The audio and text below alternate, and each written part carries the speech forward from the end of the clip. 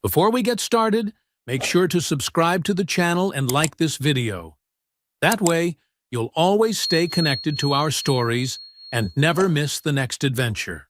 Pinnacle Cross Station hung in the void like a diplomatic middle finger to the concept of neutral territory, because let's be honest, nothing in galactic politics was ever truly neutral. But it tried. Oh, how it tried. Today, the Grand Council chamber was packed tighter than a cargo hold full of contraband spice, and the air, recycled to accommodate 63 different species' respiratory needs, practically crackled with tension. Representatives from across the Galactic Coalition had gathered for what was supposed to be a routine vote on humanity's petition for full military partnership status. Routine. Right. Because nothing involving humans ever stayed routine for long. Corporal Fiona stood at parade rest near the human delegation's platform, her boots polished to a mirror shine and her uniform pressed with military precision. She'd been told to look professional. She'd been told to stay quiet. She'd been told, in no uncertain terms by her commanding officer, not to do anything that might jeopardize humanity's chances. So naturally, she was about to do exactly that. Not intentionally, mind you. But the universe had a funny way of throwing curveballs at people who were just trying to mind their own business. Lieutenant Rook stood beside her, his jaw tight as he watched the proceedings. He'd known Fiona for 3 cycles now, served with her on 2 different postings, and he'd learned to recognize that particular expression on her face, the one that said she was cataloging everything in the room, measuring distances, calculating weights. "Stop it," he muttered under his breath. "Stop what?" Fiona didn't look at him, her dark eyes fixed on the center of the chamber. "Whatever you're thinking about doing." "I'm not thinking about doing anything. I'm standing here, looking professional." She paused. "Why? What do you think I'm going to do?" Rook sighed. He'd walked right into that one. At the center of the chamber, mounted on a pedestal of polished obsidian, sat the warblade of Sindari. Now, calling it a blade was technically accurate in the same way that calling a supernova bright was accurate. True, but wildly insufficient. The thing was massive, easily 8 feet long from pommel to tip, with a blade as wide as a human torso.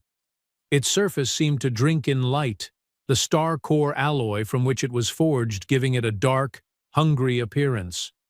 It weighed, according to the technical specifications Fiona had absolutely not looked up on the station's public database last night, approximately 800 pounds. The blade had been placed there by Admiral Sorleth of the Crimson Legion as a centerpiece for today's discussions. Symbolic, he'd called it, a reminder of what true warriors carried into battle. Subtle as a cargo shuttle crash, that one. Sorleth himself stood near the pedestal, his 4 arms clasped in a gesture that his species used to indicate patient superiority. He was impressive, Fiona had to admit, nearly 9 feet tall, his exoskeleton gleaming deep crimson under the chamber's lights. Compound eyes that could track movement in multiple directions simultaneously. His species, the Sindarans, had been warrior scholars for millennia before humanity had figured out fire, and he knew it. "Esteemed members of the Coalition," Sorleth's voice resonated through the chamber, translated into dozens of languages simultaneously by the station's systems, "we gather to discuss humanity's petition for full military partnership. A noble request, to be certain." Oh, good, Fiona thought. He was using his, "I'm about to insult someone politely" voice. However, and there it was, we must consider whether humanity truly possesses the necessary attributes for such a designation. One of the human diplomats, Ambassador Cole, rose from his seat. "Admiral, humanity has proven its tactical capabilities in 3 separate joint operations. Our forces have—" "Tactics, yes." Sorleth's mandibles clicked in what might have been amusement. "Humans are clever. No one disputes this. You are resourceful, adaptable, quick to learn. But warrior status requires more than cleverness, Ambassador. It requires physical capability, strength, endurance. Here we go, thought Rook. Your species evolved on a relatively gentle world, Sorleth continued, warming to his topic. Low gravity, temperate climate, minimal environmental pressures. You are, physically speaking, quite delicate. A ripple of reaction moved through the chamber. Some species seemed to agree. Others looked uncomfortable. The Polshinians, a reptilian species known for their diplomatic skills, appeared to be trying not to laugh. Councillor Polshin, their representative, had his scaled hands folded carefully in front of his snout, but his eyes were bright with anticipation. He'd been in enough of these sessions to know when things were about to get interesting. I mean no offense, Sorleth said, in the tone of someone who absolutely meant offense. But facts are facts. Would you trust a warrior who could not bear the weight of their own weapons? Who would falter under the burden of their armor? Fiona felt her jaw tighten. She'd heard this before. Every human serving in any joint coalition operation had heard some version of this. The assumption that because humanity's homeworld wasn't a high-gravity hellscape or a radiation-blasted wasteland, humans must be weak. To illustrate my point, Sorleth moved toward the pedestal. Consider this blade. A traditional Sindarin warblade, forged in the old way, from star core alloy compressed under immense pressure. A weapon worthy of a warrior. He grasped the hilt with two of his four hands, then added the other two for additional leverage. With what appeared to be moderate effort, he lifted the blade from its pedestal, raising it overhead in a display that was probably meant to be inspiring, but came across more like a bodybuilder flexing in a mirror. This, he said, holding the pose, is what strength looks like. This is the standard of warrior status. He lowered the blade and set it carefully back on the pedestal, then turned to face the human delegation directly. I submit that no human could lift this blade, not without mechanical assistance. Your species simply lacks the necessary physical capacity. The chamber fell silent. Every eye, compound, simple, multifaceted, and otherwise, turned toward the human delegation. Ambassador Cole looked like he was trying to calculate the diplomatic cost of telling a coalition admiral exactly where he could stick his ceremonial warblade. Fiona, meanwhile, was doing math in her head. 800 pounds. Star core alloy, so dense composition, but the length would help with leverage if you got the balance point right. The hilt looked solid, good grip surface. She'd deadlifted heavier. Not by much, but heavier. Fiona, Rook whispered urgently. Don't. I'm not doing anything. You're thinking about it. Thinking isn't doing. With you, thinking is the first stage of doing, which is the first stage of me filing incident reports. Fiona almost smiled at that. Almost. Perhaps, Sorleth continued, one of your military representatives would care to make an attempt to prove me wrong? His tone made it clear he considered this impossible. Demonstrate your species' worthiness? The silence stretched. Ambassador Cole was clearly weighing his options, none of them good. Accept the challenge and fail? Refuse and look weak? This was a trap either way. Anyone? Sorleth's mandibles clicked again. No volunteers? I understand, of course. There is no shame in recognizing one's limitations. That did it. Fiona stepped forward. Corporal, Ambassador Cole said sharply. Stand down. With respect, Ambassador, Fiona kept walking toward the center of the chamber. I think I can help with this situation. Rook closed his eyes, started mentally composing the first paragraph of his report. Fiona reached the pedestal and looked up at Sorleth. Up close, he was even more imposing. She barely came up to his mid-thorax. His compound eyes regarded her with what might have been curiosity or might have been contempt. Hard to tell with Sindarans. Corporal Fiona, she said, introducing herself. Human Military Liaison Corps. I see. Sorleth's mandibles twitched. And you believe you can lift this blade? You said no human can lift that blade, Fiona replied, her voice carrying across the chamber. She paused, let the moment hang there. You meant can't, right? It wasn't a question. Not really. It was a statement, a correction, a gauntlet thrown down with all the subtlety of a meteor strike. Paul Shin made a sound that might have been a cough, but was definitely a laugh poorly disguised. Sorleth's exoskeleton plates shifted slightly. Surprise, maybe, or irritation. I meant exactly what I said. No human possesses the physical capacity to lift this weapon. Right, right. Fiona nodded, as if considering this. Just wanted to clarify, because it sounded like a challenge, but I wanted to make sure you meant it as an absolute statement of fact. I did. Cool.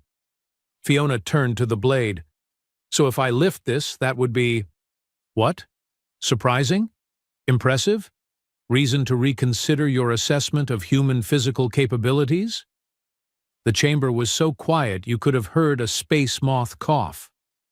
Sorleth's 4 arms crossed in front of his thorax. If you can lift that blade, Corporal, I will personally recommend humanity for immediate warrior status and apologize to your entire delegation for my skepticism. That seems fair. Fiona began rolling her shoulders, loosening up. Though you probably should have asked about my background first. Your background is irrelevant. Your species' physiological limitations are well documented. Sure. Fiona stepped up to the blade, examining it from different angles. Quick question, though. Where did you think humans come from? Like, all humans? Sorleth's mandibles clicked impatiently. Your homeworld, Earth. A Class M planet with .98 standard gravity. Right, Earth. Good guess. Except I'm not from Earth. Fiona gripped the hilt with both hands, testing the balance. I'm from Collision, mining colony, high-gravity world. Been breathing thin air and hauling heavy things since I was 8 cycles old. She saw Sorleth's posture shift slightly, saw the moment the information clicked into place in his tactical mind. The gravity on Collision is 1.8 standard, Fiona finished. Give or take, makes you real strong, real fast, or makes you dead. Not a lot of middle ground. She adjusted her grip, feet shoulder-width apart, core engaged. This was just like the gym back home. Except the gym wasn't filled with several hundred alien dignitaries watching her every move, and the weights didn't cost more than a small spacecraft. No pressure. This is inadvisable, Corporal, Ambassador Cole called out, but his voice lacked conviction. He was curious now, too. Fiona took a breath, held it, and lifted. The blade came off the pedestal like it had been waiting for her. Now, this wasn't some smooth, effortless lift like you'd see in a holovid. Fiona's muscles strained, her face went red, and every tendon in her forearm stood out in sharp relief. 800 pounds was 800 pounds, regardless of how much time you'd spent hauling ore carts up a mine shaft. But it came up. First to chest height, the blade horizontal. Fiona's breathing controlled and steady. Then, with a grunt that echoed through the chamber, she pressed it overhead. The star core alloy caught the light, that dark surface suddenly alive with reflected brilliance. She held it there, arms locked, posture solid, made direct eye contact with Sorleth, and smiled. Huh, she said, her voice only slightly strained. Would you look at that? The chamber exploded. Not literally, though given some of the species present, that was always a possibility. But the noise was instantaneous and overwhelming. Gasps, clicks, chirps, roars, and several sounds that human ears weren't quite equipped to process. Representatives were on their feet, gesturing wildly, compound eyes bulging, sensory stalks waving in agitation. Paul Shin was outright laughing now, his scaled hands slapping his knees in delight. Fiona, because she was absolutely committed to the bit at this point, did a few practice swings. Nothing fancy, just some basic forms, the kind you'd drill in basic training. Left to right, Figure 8. Overhead arc. The blade moved through the air with a sound like distant thunder. Good balance, she commented, as if she were inspecting a new piece of equipment and not wielding a ceremonial weapon worth more than a small space station. Grip's solid. Could use a counterweight on the pommel, maybe, but that's personal preference. She lowered the blade smoothly, controlled the descent, and placed it back on the pedestal with surprising gentleness. Then she stepped back, rolled her shoulders again, and turned to Sorleth. "So," she said, "about that apology?" Sorleth stood frozen. All four arms hung at his sides. His mandibles had stopped clicking. His compound eyes were fixed on the blade, then on Fiona, then back to the blade, as if he were trying to reconcile what he'd just witnessed with everything he knew about the universe. "That's not possible," he said finally. "And yet," Fiona gestured at the blade, "demonstrably possible, because I just did it. Unless you're suggesting I hallucinated the last 30 seconds, in which case we should probably talk about the station's air recycling system." "The blade must be a replica," Sorleth said, grasping for explanations. "A lightweight training version, not the genuine article." "You literally just lifted it yourself," Fiona pointed out. "Like 3 minutes ago. We all watched you." "Then the gravity plating must be malfunctioning. The field strength in this chamber is .99 standard," Polshin cut in, still grinning. "I checked, twice. It's functioning perfectly, Admiral. She just lifted your demonstration of warrior superiority like it was a bag of rations." Sorleth's exoskeleton plates shifted in a way that suggested extreme agitation. His species didn't flush with embarrassment the way humans did, but Fiona was pretty sure she was watching the Sindarin equivalent. Around the chamber, the reactions varied wildly. Some delegates looked impressed, others looked alarmed. And wasn't that interesting? The idea of humans being physically capable seemed to genuinely frighten some species.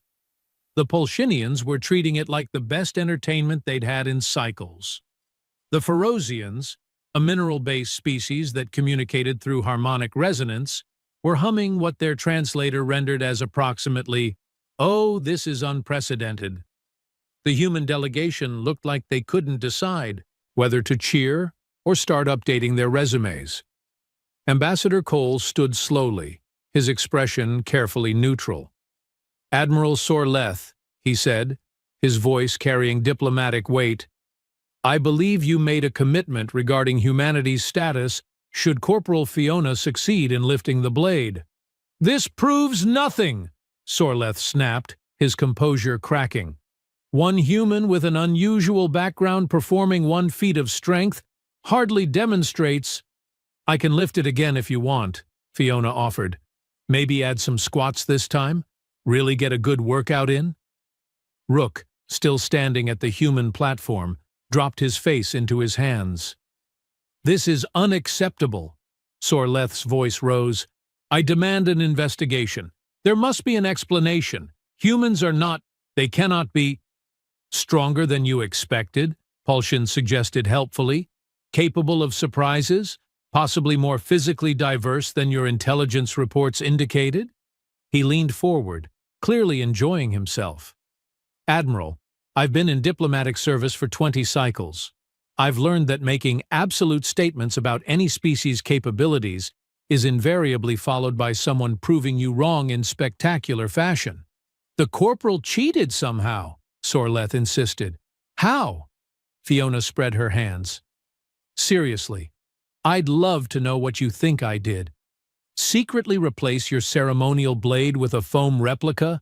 Hack the station's gravity plating to create a localized field around just me? Develop spontaneous telekinesis? Your species is documented as having baseline strength levels far below warrior-class species." "Baseline, sure. Average. But see, that's the thing about averages." Fiona's smile didn't quite reach her eyes now. There was steel there, the kind that got forged in high-gravity mines and military discipline. "Some of us are above the line, way above it. And you just assumed that because most humans come from a standard gravity world, all of us would be equally weak. She took a step closer to Sorleth. He still towered over her, but somehow the height difference seemed less significant than it had minutes ago. You made a guess about an entire species based on incomplete data, she said. Then you built a whole demonstration around proving your guess right. Got a fancy ceremonial blade, put it on display, made a big speech about strength and warrior status. She paused. Must be pretty embarrassing to be wrong in front of everyone. The chamber had gone quiet again, watching this confrontation with rapt attention. Sorleth's mandibles worked soundlessly for a moment. Then, to everyone's surprise, he threw back his head and laughed. It was a clicking, chittering sound, like stones rattling in a metal box, but it was definitely laughter. "You have fire, Corporal Fiona," he said, his forearms spreading in a gesture that might have been respect or concession. "I admit I did not expect this outcome." "Yeah, I picked up on that. However," and his tone shifted, became more formal, more dangerous. "Lifting the blade once is impressive, but warrior status requires more than a single demonstration of strength. It requires sustained capability, endurance, the ability to perform under pressure." "Oh no," Fiona thought. "Oh no," Rook said out loud. Paulshin leaned forward even further, his tail swishing with anticipation. "I challenge you, Corporal Fiona," Sorleth announced, his voice resonating through the chamber, "to a formal trial of strength. Not merely lifting, but a complete warrior's gauntlet. The traditional test of my people, adapted for your physiology." Ambassador Cole was on his feet. "Admiral, that's hardly necessary." "On the contrary, Ambassador, it is entirely necessary. If humanity wishes warrior status, let them prove it beyond any doubt." Sorleth's compound eyes fixed on Fiona. "Unless the corporal lacks the courage to accept?" And there it was, the trap snapping shut. Refuse and look weak. Accept and risk failure in an even more public, more elaborate way. Fiona should have said no, should have taken her win and walked away, should have let the diplomats handle it from here. Should have, would have, could have. "I accept," she said. Rook made a sound like a dying animal. Ambassador Cole looked like he was mentally calculating how to explain this to the Joint Chiefs. Paulshin actually clapped his scaled hands together in delight. "Excellent," Sorleth said, and now he was smiling too, if you could call the way his mandibles curved a smile. "We shall hold the trial tomorrow, in the station's combat arena. 5 stages, each testing different aspects of strength and endurance. Fail any stage, and humanity's petition will be reconsidered." "And when I succeed?" Fiona asked.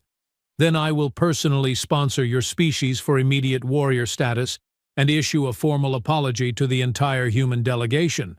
He paused. "But you will not succeed, Corporal. The gauntlet has broken warriors from a dozen species. Your impressive lifting ability will not be enough." "Guess we'll find out." The session was adjourned shortly after that, because really, what else was there to discuss? The delegates filed out in clusters, already gossiping, already placing bets. Because of course they were placing bets. This was the most exciting thing to happen in the Grand Council chamber in cycles. Fiona found herself immediately surrounded by the human delegation. Ambassador Cole looked like he couldn't decide whether to promote her or throw her in the brig. "Corporal," he said, his voice carefully controlled, "that was either the bravest or most foolish thing I've seen in my diplomatic career." "Probably both, sir." "You realize you've just staked humanity's military partnership status on your ability to complete a Sindarin warrior's gauntlet?" "Yes, sir." "Do you even know what that entails?" "Not specifically, sir, but I'm a quick learner." Rook pushed through the crowd, grabbed Fiona by the arm, and steered her away from the delegation before the ambassador could respond. They made it to a side corridor before he rounded on her. "Have you lost your mind?" he demanded. "Probably, but in my defense, he was being really annoying about it." "Annoying? Fiona, You just committed to competing in a physical challenge designed by a species that considers breaking rocks with their bare hands a relaxing hobby. I lifted the blade, didn't I? Yes, and that was incredible, and also completely insane, and now you've doubled down on the insanity. Rook ran his hand through his hair, a gesture of pure frustration. What were you thinking? I was thinking that Sorleth is a pompous blowhard who needed someone to knock him down a few pegs, Fiona said. And I was thinking that humanity doesn't get respect in this coalition by being quiet and polite and hoping people notice us. We get respect by showing up and proving ourselves. By risking everything on a stunt? It's not a stunt if I win. Rook stared at her for a long moment, then sighed. You're going to give me a stress ulcer. Probably, but you love the excitement. I hate the paperwork. They stood there in the corridor, the sounds of the dispersing council session echoing around them. Fiona could feel the adrenaline starting to fade, reality starting to set in.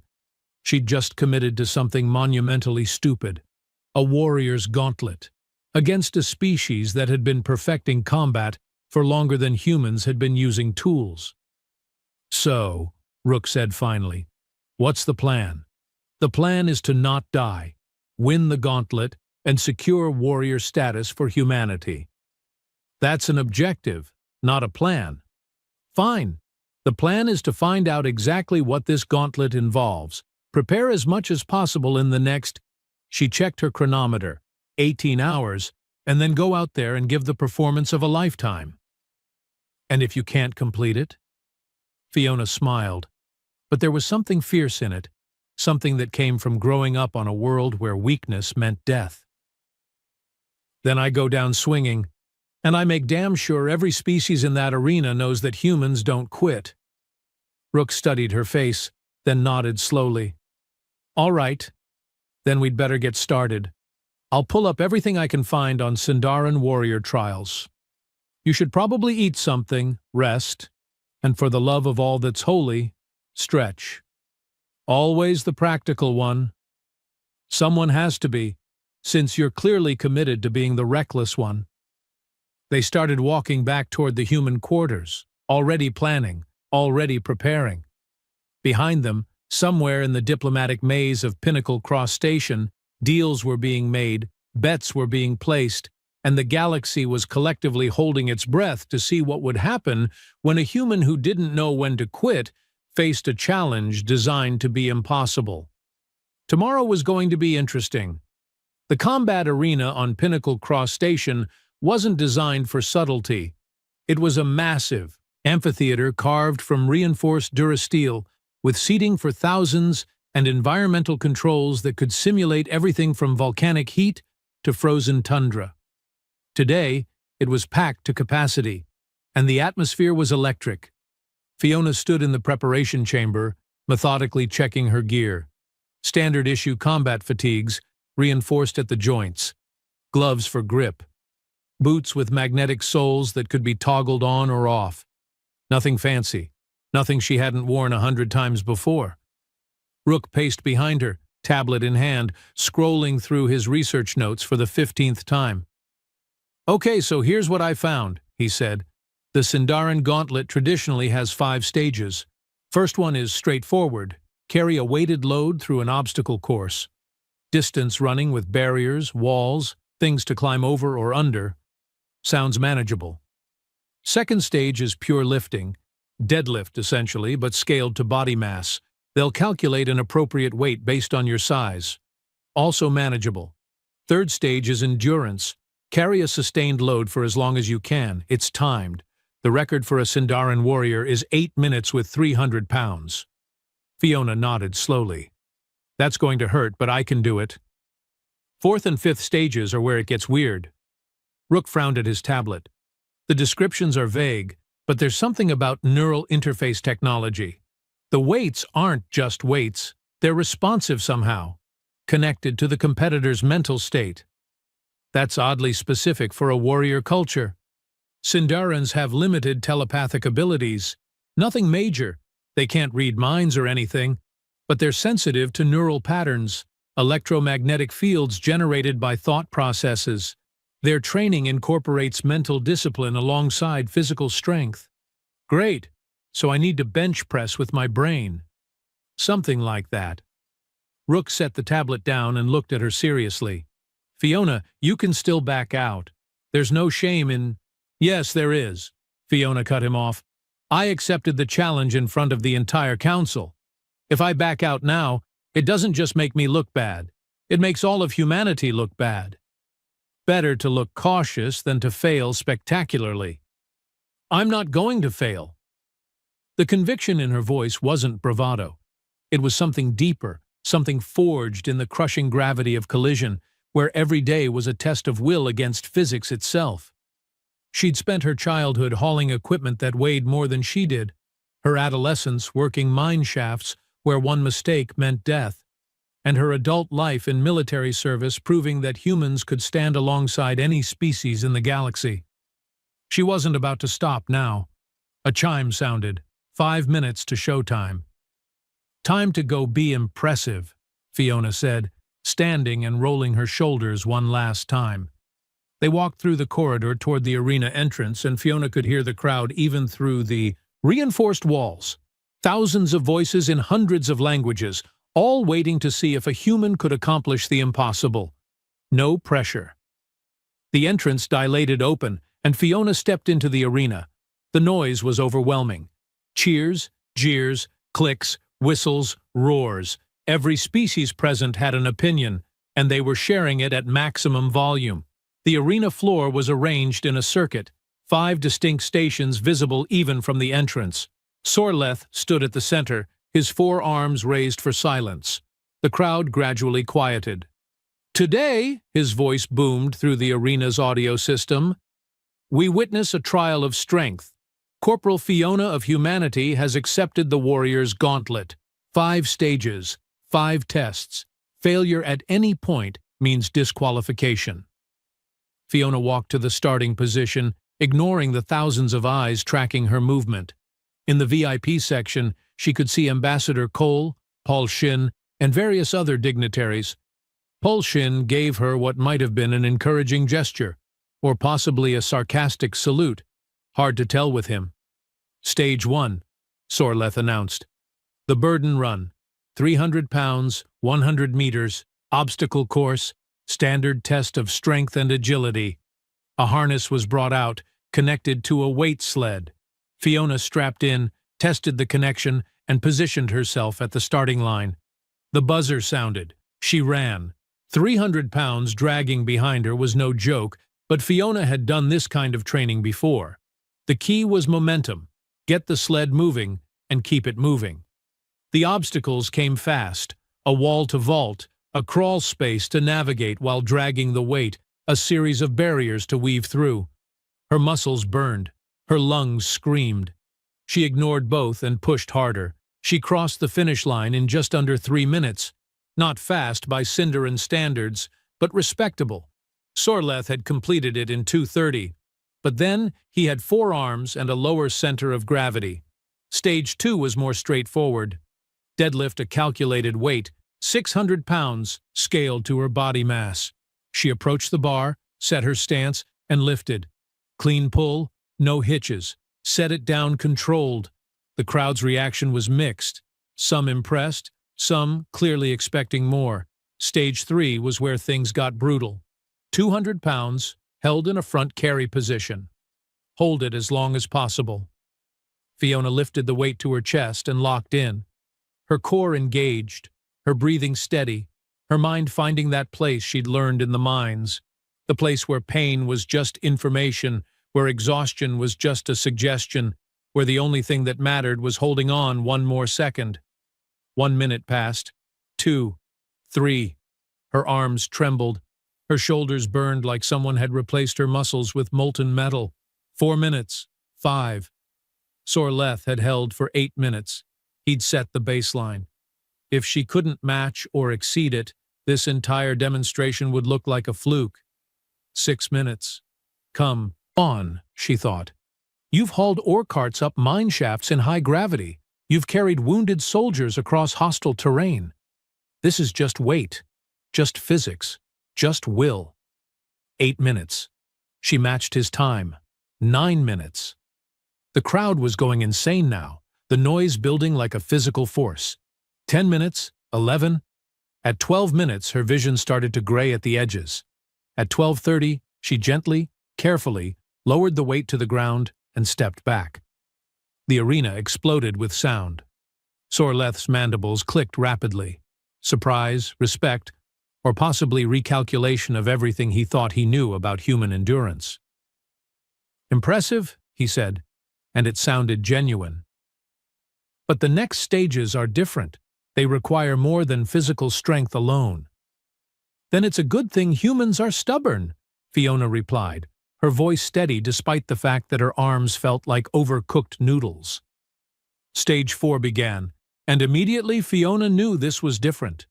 The weight looked normal, a standard grip apparatus, but when she touched it, something happened. A tingle ran through her hands, up her arms, into her mind. The weight felt aware somehow, responsive. "This stage tests mental discipline," Sorleth explained. "The apparatus responds to neural patterns. Maintain calm, maintain focus, or the weight becomes unbearable." He demonstrated first, lifting the apparatus with all 4 arms. His expression went distant, meditative. He held for 30 seconds, then set it down smoothly. Fiona's turn. She gripped the handles and immediately understood. The weight wasn't just physical, it was psychological. It pressed not just on her muscles, but on her mind, finding doubts, finding fears, amplifying them. "You're not strong enough," the pressure seemed to whisper. "You're going to fail. Everyone is watching you fail." Fiona closed her eyes, found her center, and pushed back with a thought that had sustained her through every hardship she'd ever faced. "Watch me." The apparatus fought her. Not with weight, though there was plenty of that, but with something more insidious. It dug into her consciousness, pulling at every insecurity, every failure, every moment of doubt she'd ever experienced. But here's the thing about humans that other species consistently underestimated. Humans were really, really good at being stubborn in the face of impossible odds. It was practically a defining trait. Tell a human something can't be done, and somewhere, somehow, a human would immediately start figuring out how to do it anyway. Fiona had grown up on a world that wanted her dead. She'd survived mine collapses, equipment failures, and gravity that turned every movement into a battle. She'd earned her place in the military not through natural talent, but through sheer bloody-minded refusal to quit. This neural pressure, this psychological weight, it was just another voice telling her she wasn't good enough. She'd been ignoring voices like that her entire life. 30 seconds. Her hands trembled but held steady. 45 seconds. Sweat ran down her face and she wasn't entirely sure if it was from physical exertion or mental strain. 1 minute. The crowd had gone silent, watching this unexpected stalemate between human determination and Sindarin technology. Fiona held for 1 minute, 30 seconds, then carefully set the apparatus down. The arena erupted again, but Fiona barely heard it. Her head was pounding, her hands shaking from more than just muscle fatigue. That had been brutal in a way she hadn't anticipated. Sorleth regarded her with what might have been newfound respect. His mandibles clicked thoughtfully. "Remarkable. Your species' mental fortitude is unexpected. Most competitors cannot match even half that time on their first attempt." "We're full of surprises," Fiona managed, her voice rough. "Indeed. Which brings us to the final stage." Sorleth gestured toward the last station, where the warblade of Sindari now rested on a platform. But this platform was different. It shifted slightly, hovering on some kind of suspensor field. Stage 5 combines everything: strength, balance, and mental discipline. "Oh, you've got to be kidding me," Fiona thought. "The blade must be lifted and held while standing on an unstable platform," Sorleth explained. "The platform responds to weight distribution and neural state. Lose focus, lose balance, And you fail. The minimum time is 2 minutes. He stepped onto the platform first, and Fiona could see it immediately begin to tilt and shift beneath his weight. Sorleth gripped the blade with all 4 arms, lifted it, and assumed a wide stance. His compound eyes went distant, that same meditative expression from the previous stage. The platform stabilized somewhat, still shifting, but less dramatically. Sorleth held the blade overhead, his 4 arms distributing the weight in ways human anatomy simply couldn't replicate. 2 minutes exactly. Then he lowered the blade and stepped off the platform with the calm of someone who just completed a routine exercise. "Your turn, Corporal." Fiona approached the platform, studying its movement patterns. It wasn't random. There was a logic to it, responding to pressure points, to shifts in weight. And if it really did respond to neural states, then panic would make it worse. Great. Don't panic while holding 800 pounds on a surfboard designed by sadists. Simple. She stepped onto the platform and immediately understood why this was the final test. The surface wasn't solid. It felt like standing on water, constantly shifting, constantly trying to throw her off balance, and she wasn't even holding the blade yet. Fiona gripped the hilt with both hands, took a breath, lifted. The blade came up, and the platform immediately went chaotic beneath her feet. It tilted left, then right, then forward, each movement trying to compensate for her weight distribution and failing spectacularly. This was bad. Fiona widened her stance, trying to find a center point. The blade overhead didn't help. 800 pounds throwing off her balance, her arms already fatigued from the previous stages, her mind exhausted from the neural battle. The platform tilted sharply. She compensated, overcorrected, nearly fell. The crowd gasped. "Think," she commanded herself. "This isn't just physical, it's mental. The platform responds to neural patterns. Fear makes it worse. Panic makes it unstable. So don't panic. Easier said than done when you're standing on an impossibly unstable surface holding a weapon that weighs more than most humans, with thousands of aliens watching your every move, with your entire species' reputation riding on whether you can hold this position for 2 minutes. No pressure.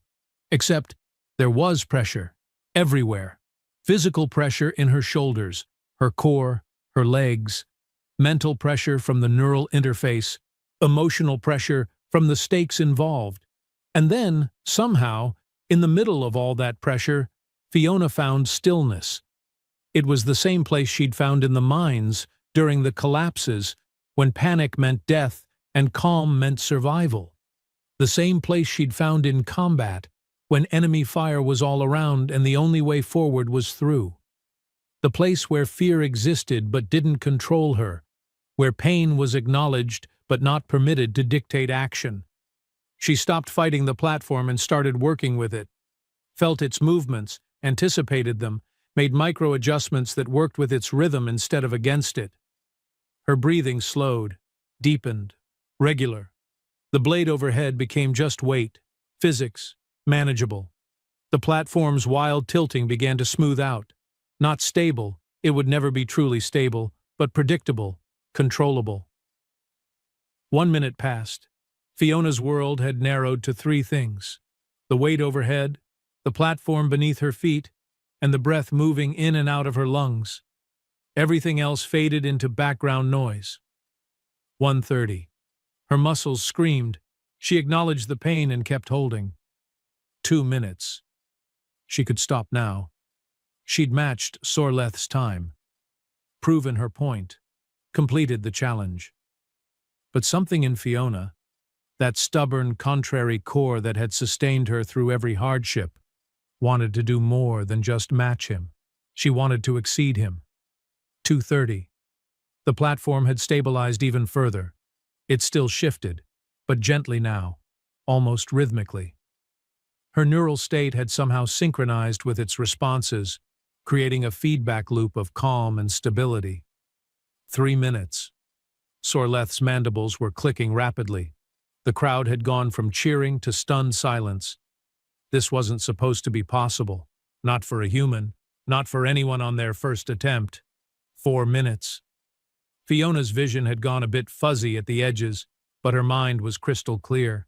She was, improbably, in a zone, an almost meditative state where the impossible became merely difficult, and the difficult became doable. 5 minutes. Okay, she thought. Point made. Time to stick the landing. She lowered the blade with aching slowness, maintaining perfect control even as her muscles threatened to give out entirely. Set it gently on its rest. Stepped off the platform on legs that felt like they belonged to someone else, and the arena lost its collective mind. The noise was indescribable. Every species present was making whatever sound indicated extreme approval in their culture. It was a cacophony of celebration that rattled the reinforced walls. Fiona stood there, swaying slightly, trying to remember how normal breathing worked. Sorleth approached her, and for a moment, Fiona tensed, unsure what to expect. Then the Admiral did something that shocked everyone in the arena, possibly including himself. He laughed. Not a small chuckle. A full, genuine laugh, that clicking, chittering sound echoing across the combat floor. Then he performed a gesture with all 4 arms that Fiona recognized from her briefings. The traditional Sindarin warrior's salute, given only to those who'd earned complete respect. I was wrong, Sorleth said, his voice carrying across the suddenly quieter arena. Not just about you, Corporal Fiona, about your entire species. Yeah? Fiona was too exhausted for clever comebacks. The challenge was theater, he admitted, designed to force the Council to witness human capability firsthand. Too many debates, too much theoretical discussion. They needed to see proof. Fiona blinked. Wait, you planned this? The whole thing? Not the part where you lifted the blade in the council chamber. That was unexpected. And perfect. But the gauntlet, yes. I've been advocating for humanity's warrior status for 3 cycles. Political resistance required dramatic demonstration.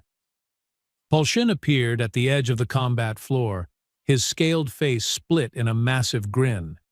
He told me yesterday. I've been enjoying watching it unfold ever since. So I just... Fiona gestured vaguely at the arena, her brain still catching up. Went through all that as part of your political stunt? You went through all that and exceeded every expectation, Sorleth corrected. I expected competence. You demonstrated excellence. The Council can no longer deny what they've witnessed. As if on cue, Ambassador Cole's voice boomed through the arena's communication system. The Council requests an immediate vote on humanity's military partnership status. The vote took less than 5 minutes. It wasn't even close. Humanity was granted full coalition warrior status, with all accompanying rights, privileges, and responsibilities. Access to advanced training facilities, strategic partnerships, recognition as equals among the galaxy's martial powers. All because one stubborn human from a high-gravity mining colony refused to accept that something was impossible. Later, much later, after the ceremonies and official pronouncements and diplomatic congratulations, Fiona found herself at the station's main observation deck with Rook, Polshin, and surprisingly, Sorleth. Question, Fiona said, nursing a drink that was definitely against regulations, but that she felt she'd earned. If this was all theater, what would have happened if I'd failed? I would have challenged another human, Sorleth said simply. And another, until we found one who succeeded. Your species' diversity is part of its strength. Someone from a high-gravity world, someone with exceptional training, someone with the right combination of attributes. I knew humanity had such individuals. You gambled on us. I believed in you. There's a difference. Polshin raised his glass. To impossible challenges and the stubborn fools who accept them. To humanity, Sorleth added, and the many surprises they will undoubtedly continue to provide. To not having to file incident reports about this, Rook muttered, which got a laugh from everyone. Fiona looked out at the stars beyond the viewport, at the vast expanse of space that humanity was still learning to navigate. Somewhere out there were species who still doubted human capability, who still saw humans as weak, as secondary, as not quite worthy of respect. They'd learn, eventually, one challenge at a time. She raised her glass along with the others. "You know what the best part is?" she said. "That Admiral said no human can lift that blade. Past tense. Can't." "And you proved him wrong," Rook said. "No." Fiona grinned. "I proved it wasn't impossible, which means somewhere out there's probably a human who can lift it even easier than I did. We're going to keep surprising all of you." Sorleth's mandibles clicked in what she'd learned to recognize as amusement. "I'm counting on it, Corporal. The galaxy needs more surprises. It keeps things interesting." And as they stood there, drinking and laughing and trading stories about the day's events, Fiona couldn't help but think that maybe, just maybe, humanity's greatest strength wasn't physical prowess, or tactical brilliance, or technological innovation. Maybe it was simply the refusal to accept limitations that others imposed. The ability to hear "impossible" and immediately start planning how to prove otherwise. The stubborn, contrary, absolutely human conviction that just because something had never been done before didn't mean it couldn't be done now. The alien Admiral had said no human can lift that blade. She'd raised it, and in doing so, she'd raised humanity's status in the galaxy along with it. Not bad for a day's work.